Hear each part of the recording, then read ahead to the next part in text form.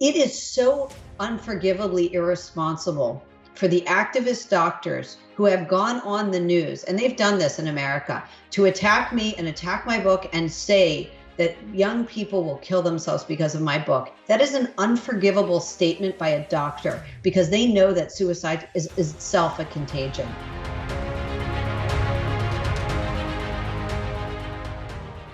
Abigail Shrier is an independent journalist who's a graduate of Columbia College, the University of Oxford, and Yale Law School.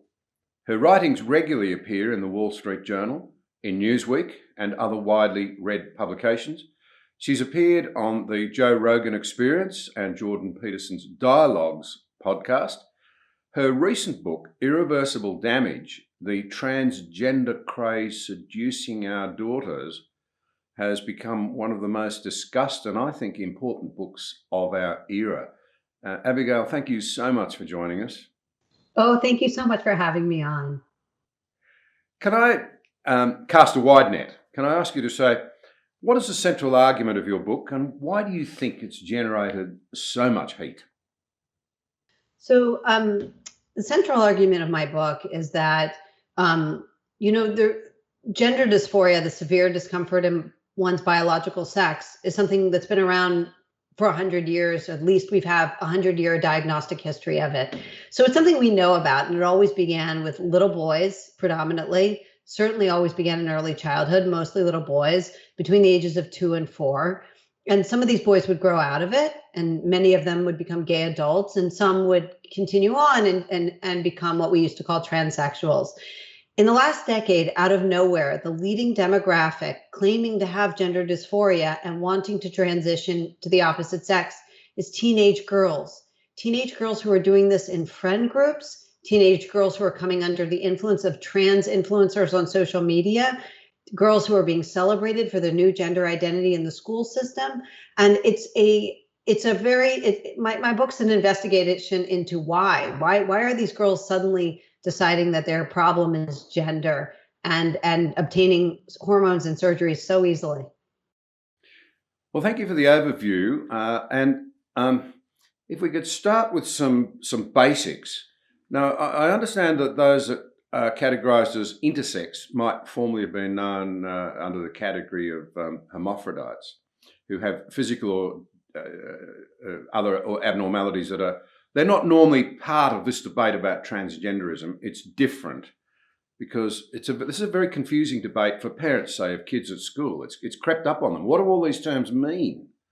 But we're really talking about people here who have a psychological condition where they feel that they're the opposite sex to the one that they actually present as, and no one wants to be judgmental or harsh or unfair to people who are really deeply, sincerely struggling with these issues. But how did we go from an approach of deep concern and sympathy and commitment to psychological care of those who thought they were in the wrong body to the outright affirmation? I mean, you're only allowed to affirm, it seems, their sense of being born in the wrong body, and even casting serious dispersion on people such as Germaine Greer or J.K. Rowling, who put up the notion that men can't be women and women can't be men. Right. So the hypothesis of my book is that this is a social contagion among teenage girls, meaning they don't have typical gender dysphoria at all. What they have is a social contagion, a way of explaining and understanding the very real pain they're in. They're in a lot of psychological pain. We know the rates of anxiety and depression are very high for this cohort. And the girls look to the culture, and at different eras, prior eras, they have learned from the culture that their problem is they're too fat. And that was what was known as anorexia or bulimia. And that's why it spread so much within friend groups. And today they look to the culture and say, I know what this is. I'm supposed to be a boy. Yeah, it's extraordinary. To clean up one other thing, you're an investigative journalist, not a medical health expert. Do people try and say, well, you ought to be a medical health expert to know anything about this and to write about it? Yes, I get that a lot. I think it's ridiculous. Of course, who uncovers medical scandals?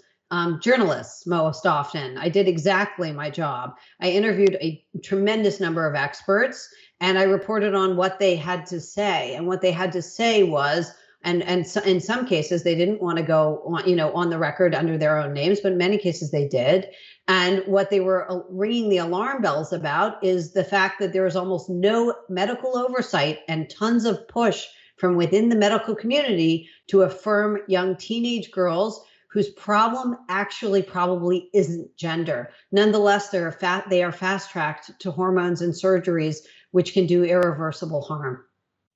And in that answer, you're revealing a deep compassion for girls and others who are struggling with this issue.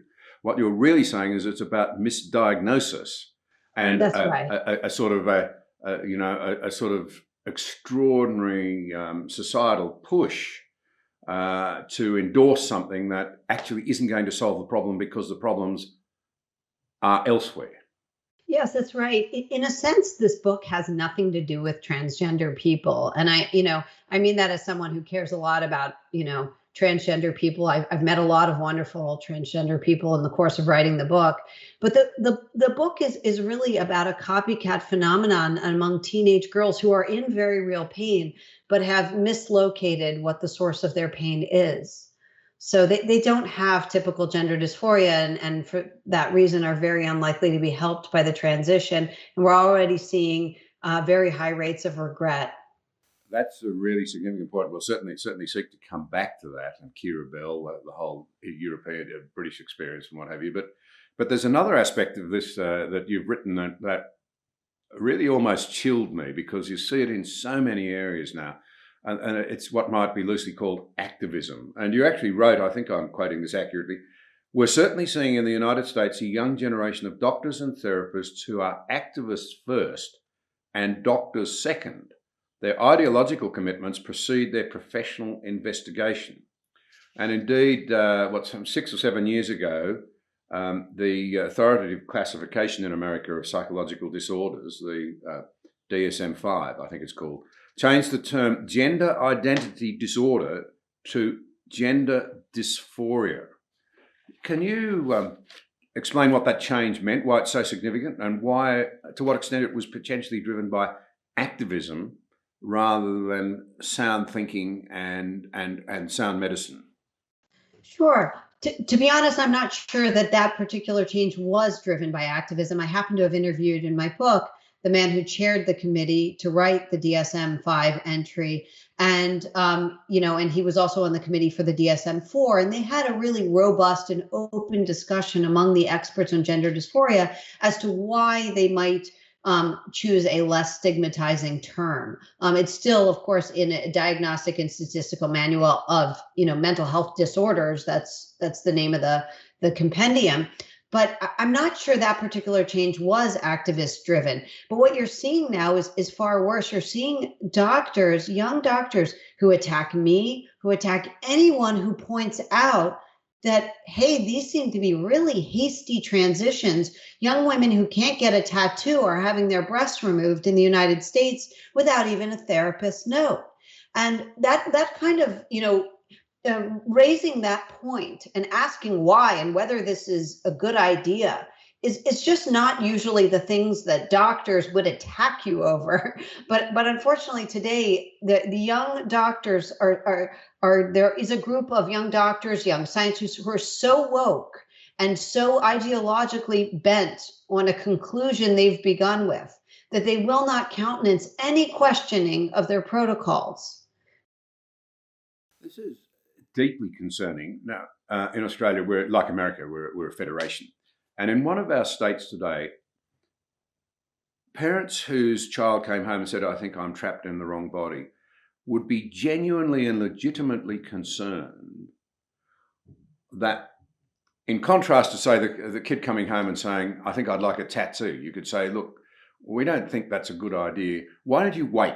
Wait for 6 months, wait for 12 months or whatever, and then we'll talk it over and we'll think it through. But if you were to say that to a child who said, I think I'm trapped in the wrong body, we want to wait, let's work this through, let's have a look at the numbers and do the research, you actually literally could find yourself before the law for not affirming them. And the woke brigade, if I can put it that way, at the very least would be screaming at you that you're placing your child's life in danger. And you have, I think, a major problem with the so-called immediately affirm approach to gender dysphoria, as opposed to wait, see, let's talk this through, let's look at the numbers. The numbers are really interesting, and we'll come to those in a moment. Do you think there's a good reason to think that a teenager could be wrong about that self-identification of being in the wrong body on the numbers and on your research? Well, of course, not only are they, likely to be wrong, or, especially in this case where they're so under the influence of, their peers, but we know something about teenagers. We know they're much more likely to, look, adults make bad decisions too. Okay.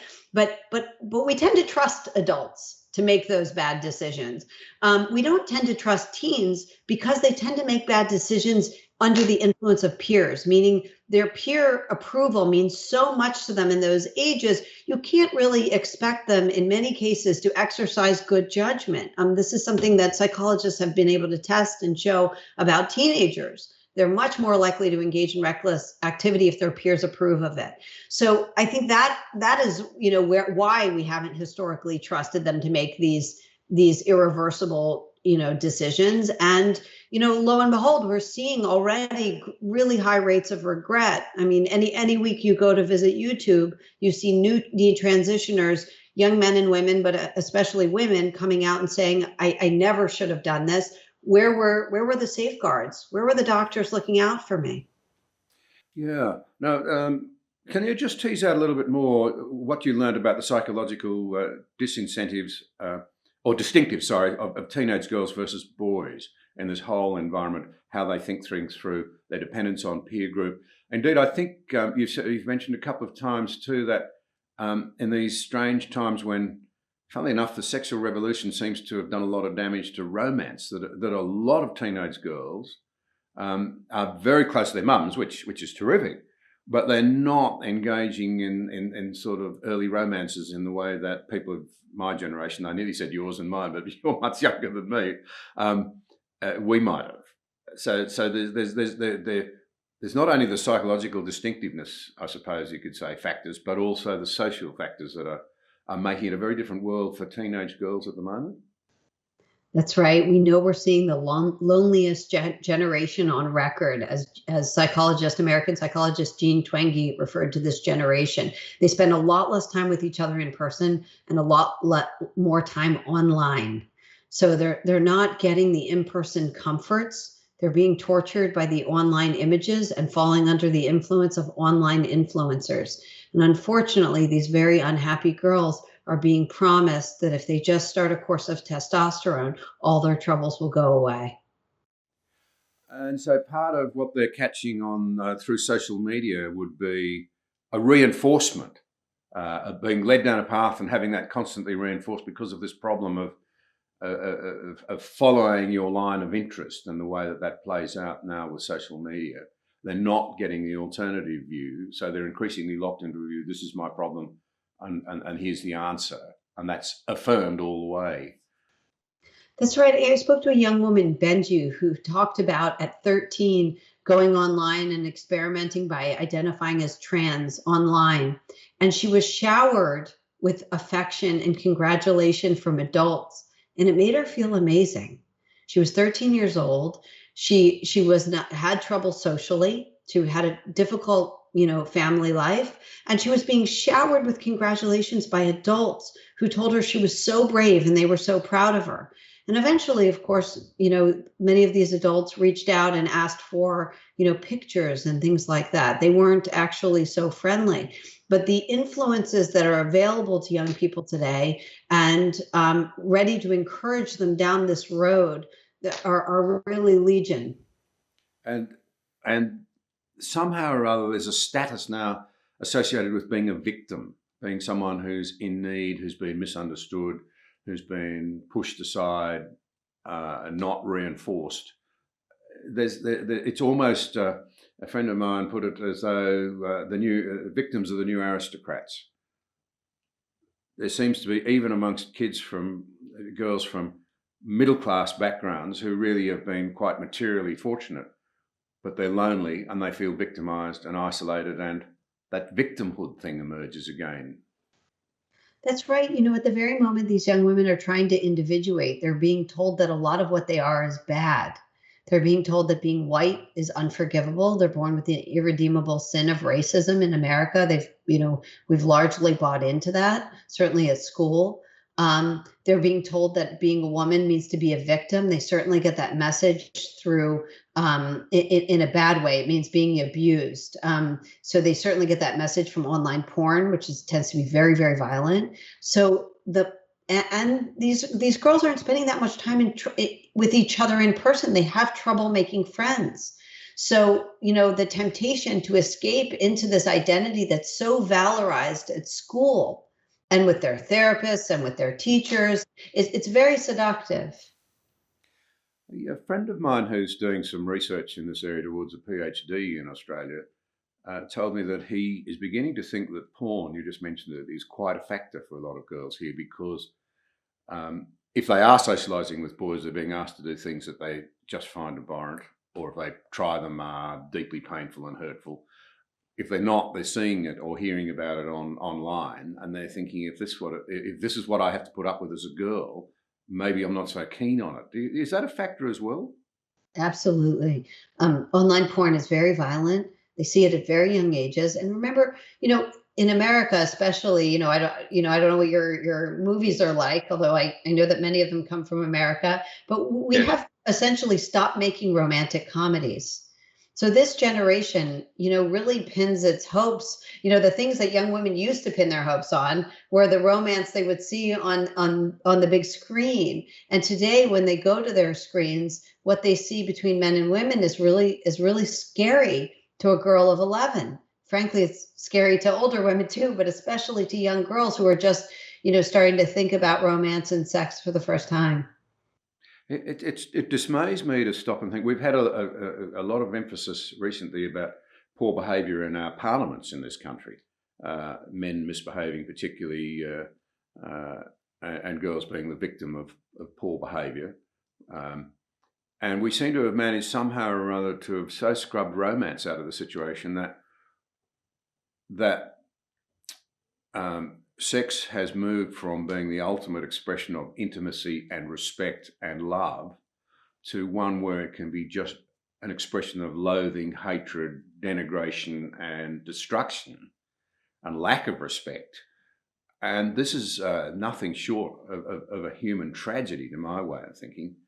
One wonders whether many of these young people have any notion of romance and of love and of commitment and of tenderness and joy in relationship. It really is a tragedy. I mean, these young people are having less sex by far than prior generations, even less likely to have a kiss or any romantic involvement. And look, it goes along with a certain level of unhappiness. They're a desperately unhappy generation, by every metric. Now, and I'm not saying that, young teenagers need to be having lots of sex. I'm not saying that, but I'm talking about even romance, even touching is way down for this generation. And of course, touching is very important in human happiness.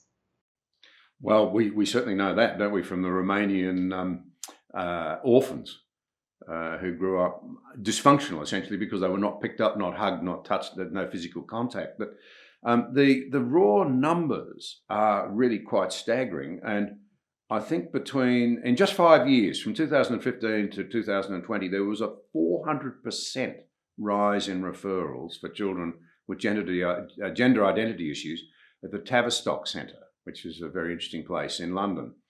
And a big shift from boys to girls being treated. And in 2018, 2% or 2 in 100 of American high school students claim to be transgender, as opposed to the historical figure from among the general population of 0.01%, 1 in 10,000. So they're now saying the numbers are even higher in America. They're much higher than when that study was taken even. They're now saying upwards of 10% or something, of adolescents. Very, very high rates of identification as LGBTQ. Remember, these are kids with almost no romantic or sexual experience, but they are choosing exotic identities that sort of win them praise from their peers. Right. And you wouldn't see that as simply they're able to talk about it now, so they're coming out, whereas once they hit it, you would see that as being driven by social factors. Right, because I'm often asked about that, and the reason I do think that it's driven by social factors, of course, is because the stigma has gone down for everyone.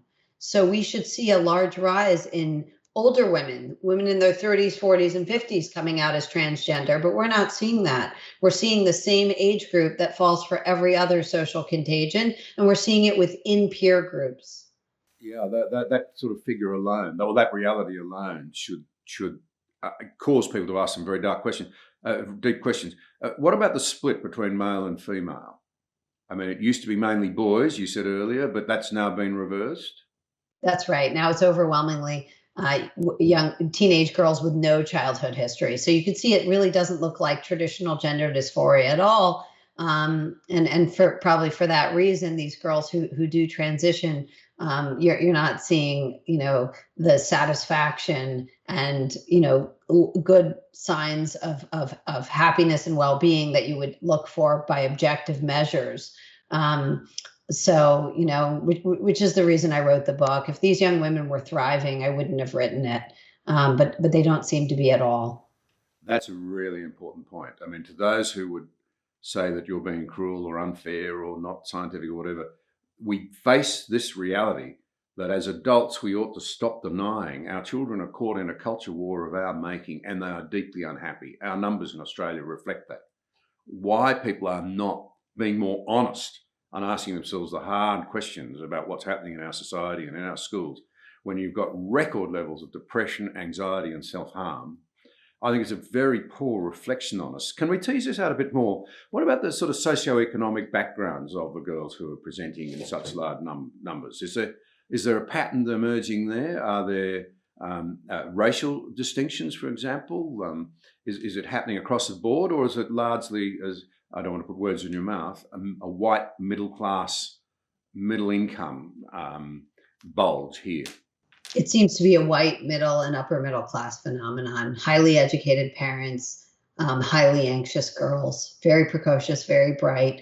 Now, look, I've also talked to minority parents who are going through this, but and actually minority adolescents who have transitioned. But by and large, it does seem to be driven by white girls.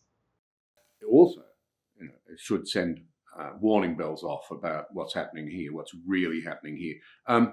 To come to Kira Bell, the young English lady who must now be about 23 or 24, went to the Tavistock Centre, I think as a 13 or 14-year-old, had nothing but the affirmation model, undertook a course of drugs to turn her, she now speaks with a deep voice and shaves, and deeply regrets the fact that she was subjected to the affirmation model. I think I'm right in saying that she says that she may not have listened if she'd been told to wait, but she wishes deeply that she had. And the courts made some very profound findings, including that children under the age of 16 were not in a position to be able to make these decisions on their own, which flies absolutely in the face of the medical activism that is so rampant that you spoke of earlier. What can we learn from the British experience, and has it started to inject any common sense anywhere? Well, certainly hasn't injected much common sense in America. I mean, we have almost the identical protocols in America that they have in Britain for, immediately affirming and fast tracking these young people to transition. And the British High Court of Justice, was horrified when it examined these protocols that young women in great states of distress, who were minors, were being fast tracked to surrendering their fertility and committing irreversible damage to themselves at ages when they really didn't have the capacity to consent. This should have sent shockwaves through American medicine, Australian, as well. And I can tell you in America, it did not. It was largely unreported in America.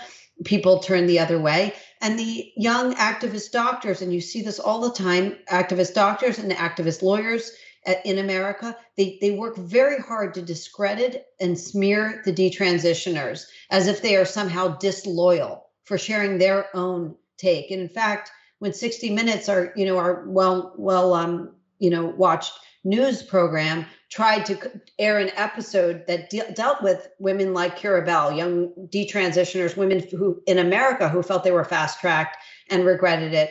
Activists swarmed the show and tried to get them not to air it. Tried to get, I think it's NBC, not to air it.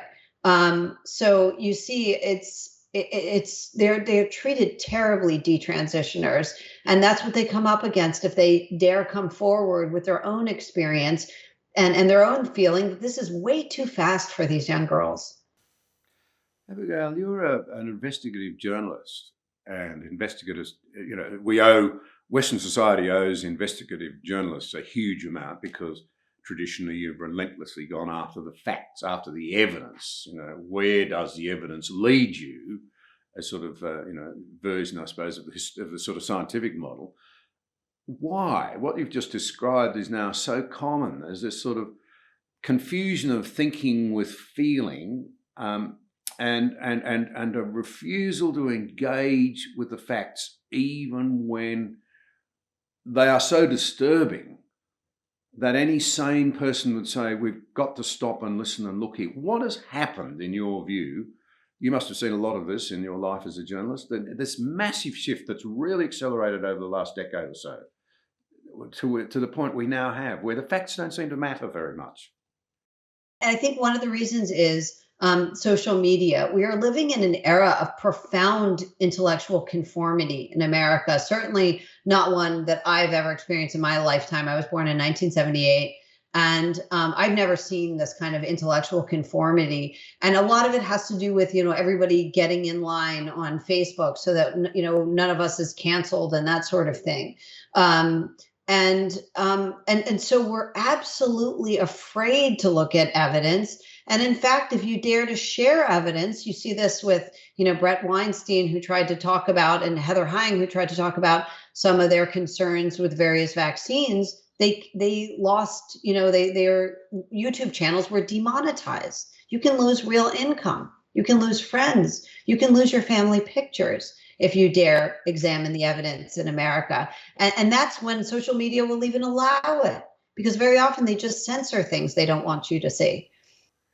And yet there is a tremendous pushback, and you're part of it. I mean, you've been ruthlessly honest and very courageous in standing by what your research reveals. Part of what I'd like to talk about towards, in a few minutes is how do we as ordinary individuals, and how do people listening to you, me, and talking now, grappling with all of this, withstand this barrage of emotionally charged hysteria that's directed at you if you dare to break the conformity? Look, I don't know. I think, to be honest, to some extent, I was just sort of meant for this. I mean, I can't, it sort of works with my personality in a way that it doesn't work for others. I'm not sure why, but I guess a psychologist would tell you I'm probably highly disagreeable or that sort of thing. But I think that the truth is the emperor has no clothes. And the more people realize that everybody knows this, I have been contacted by people across the political spectrum, and I mean across the political spectrum, from the furthest left all the way to the right, who say, you know what, I really liked your book and I agree with it. And it's because the book is really just common sense. It just calls for caution and examining the hypothesis of whether these girls are acting under social influence and whether they should be getting these medications and surgeries with so little oversight. That's it. That's my terrible sin. And the idea that that's somehow dangerous, as the American Booksellers Association recently called me, is ludicrous. I mean, it really is laughable. And Americans are really waking up to that. Yeah, that's encouraging. And indeed, a quite senior journalist with a left-wing newspaper in Australia recently told me they were going to write a story on this and quote something that I'd said. And she actually fessed up to me. She said, we've decided not to write it because every time we write on this, we get slaughtered by both sides. Now, to drill into the numbers again a bit and to go back to this idea of affirmation, we're told that you have to affirm lest you push the child towards suicide. Now, the first problem I have with that is that I thought if you were concerned about people engaging in self-harm, you didn't talk about it. But that's what you're immediately told by the activists in very loud, voluminous terms, in no uncertain ways, that you're risking it. And I gather there's no evidence for it. But in fact, you suggest there may be evidence for precisely the opposite, that there may be a correlation between the rise in transgender affirmation and a mental health and suicide crisis amongst girls. And I'd just be interested in it. Am I understanding that you may have seen some of this? Well, I think that anxiety and depression go along with looking for answers in the culture as to what's wrong with you or what's wrong with me. Why do I feel this way? So I do think that's part of. Now, that's not all of the explanation, but I do think that's part of why these girls are at, high rates of suicidal ideation. But I want to say something about what you just said. It is so unforgivably irresponsible for the activist doctors who have gone on the news, and they've done this in America, to attack me and attack my book and say that young people will kill themselves because of my book. That is an unforgivable statement by a doctor, because they know that suicide is itself a contagion. And that is something that no decent mental health professional would ever say in public over and over. And they do it. That's the level of callousness and frankly, ideological obsession of the young woke activist doctors. Yeah, I take that on board. That is my understanding, and you've spelt it out in very blunt terms. And I think there's a challenge there for anybody with a shred of intellectual or moral integrity about them to take that on board and to be more measured in what they say about this, because the evidence is telling us quite clearly. You referred to something very interesting again a moment ago about people who have buyer's regret, who later in their lives deeply regret what they've done. And there are more and more of them all the time. That again should send off the warning bells everywhere. It should. And I just want to say, the young women I've interviewed and I've come to know in the last year who have detransitioned, these are wonderful young people. They're, young women who detransition, their life isn't over. Sometimes people talk about them as if their life is over, and it really isn't. These are remarkable young women who have achieved a certain level of wisdom based on what they've been through. But life is certainly hard because they did do these things to their bodies. And that's not something any of us would want for our young, for our daughters, for young people, especially if they're going to regret it. Yeah. I was in Britain in 2018, and there was a story about Tavistock at that stage in the newspapers. Again, it didn't get a lot of publicity, but it was there. And it was a bunch of doctors warning that one of the problems was that these girls particularly didn't have explained to them that puberty blockers very likely would mean that they could never have children, and that they were calling for at least that to be put before the children and who were suffering in this way. And the parents, part of the rejoinder was that the girls are so absorbed by what they've learnt, the affirmation they've had that you talked about earlier, that they don't stop and think, goodness, I might want children one day. So they won't hear it anyway. But it seems staggering to me that, as I understand it, they're talking about irreversible effects and regretting it later on, that going on puberty blockers and not having it explained to you that it may mean you'll never have children at an age when they're not thinking about, not wanting children, it's not top of mind, but they will, most people further down the road will. That sort of dishonesty just seems to me to be, you have to wonder whether it points towards a money trail as much as anything else. Look, I've talked to, parents who weren't warned of that. Parents who took their kids to gender clinics, believing that this was the only way to save their kids from suicide, and were never told by the doctors they saw that this could lead to permanent sexual dysfunction. So, the amount of pushing this that goes on in the United States is really egregious. And the fact that a book that that asks for caution, because ultimately that's all my book urges is caution. The fact that that book would be so, castigated is just shows you sort of that we're in a grips of a kind of, illiberalism that I hope we're waking up from. Tell me something else. What did your research? Did your research reveal a great deal about the family structures that are more likely to lead a young person to a state of confusion and unhappiness? I know that's a sensitive subject, but it's one we can't run away from, I think.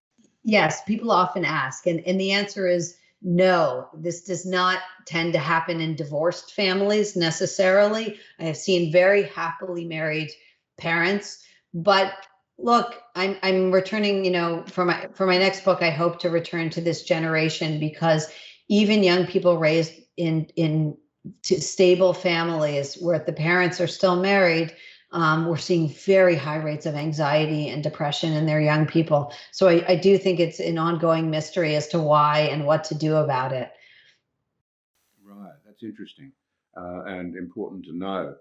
But a sort of related question, do we know anything about the influence of sexual education in schools, relationship training, pastoral care in schools, in the education system, generally speaking? We had a program in Australia, an anti-bullying program. It was called Safe Schools. It became very controversial indeed.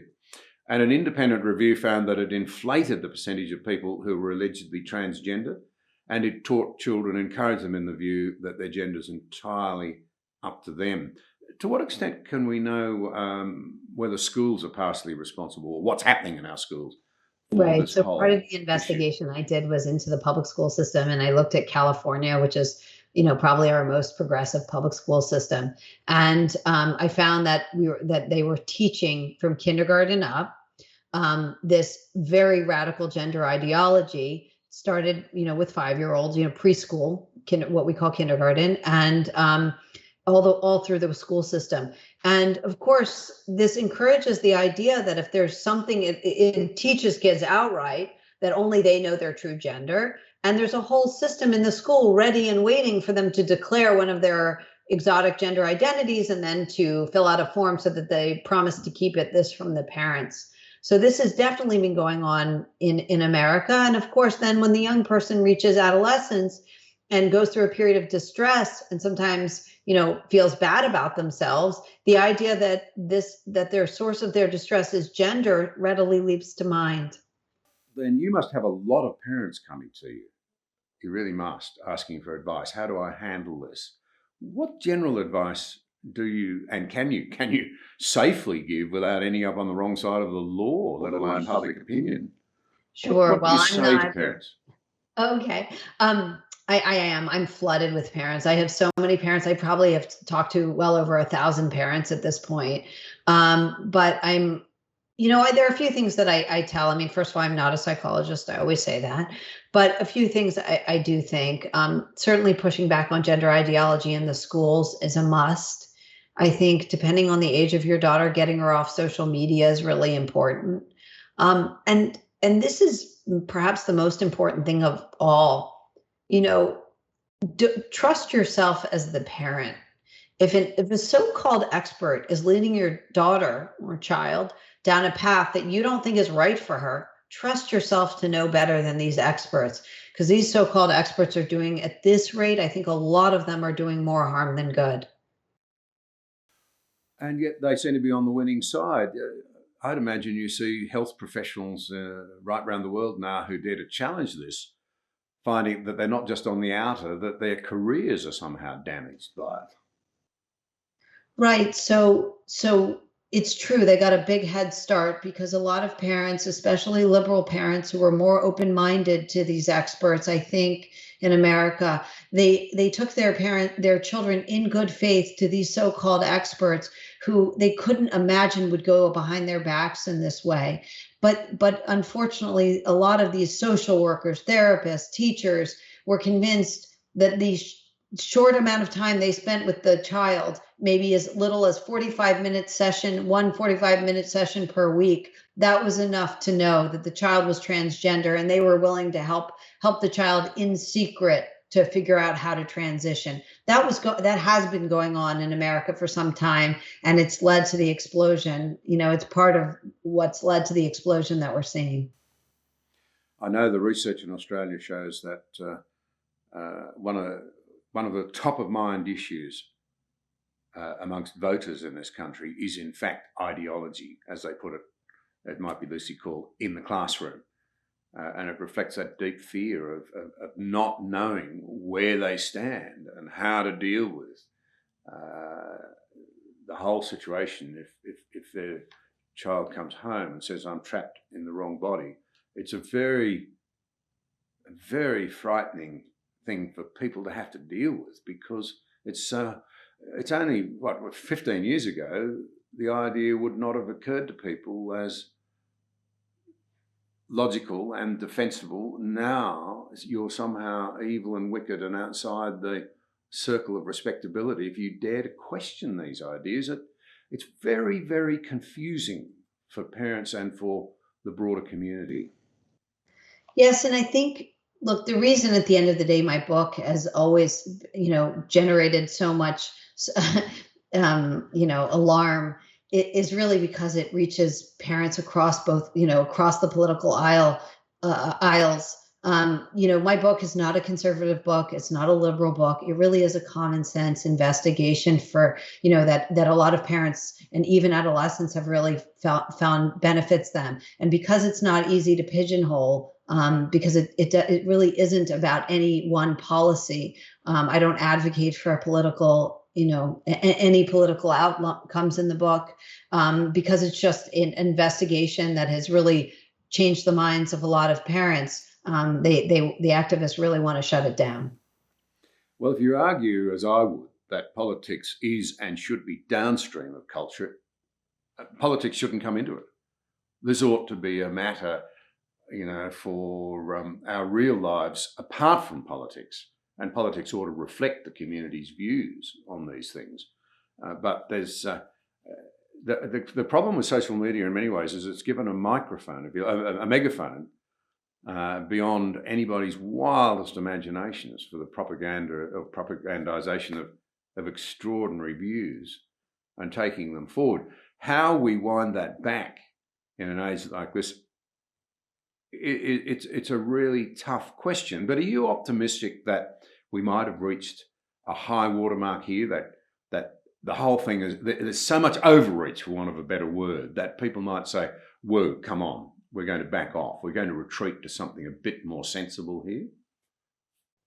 I don't know. It's hard for me to express optimism, but I will say this, that it's important that we, as you say, leave politics downstream from this. This isn't about politics. Our young people are getting so harmed by social media in so many different ways.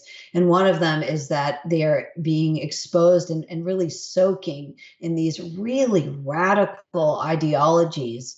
And they're just not spending enough time with each other. Now they're self-harming in rates we've never seen before. I mean, what will it take to pull young people from these devices? And I think the answer is going to have to be parents finally putting their foot down. Yeah. Well, look, I can only say to you, I salute your courage and your determination, and I think what you're doing is incredibly important. Thank you. You're saying, when you say that you're not quite sure how this is going to play out, that in itself is quite chilling, but at least you won't have to die wondering whether you saw a problem and didn't seek to address it. And I just think what you've had to say is incredibly valuable, as is the book, which of course I recommend to anybody watching or listening to our conversation. I can't thank you enough and salute you enough for what you're doing. Thank you. That's very kind. I really appreciate that. Thank you for watching this episode. If you value vital conversations like this one, please like, share, subscribe, and join the conversation.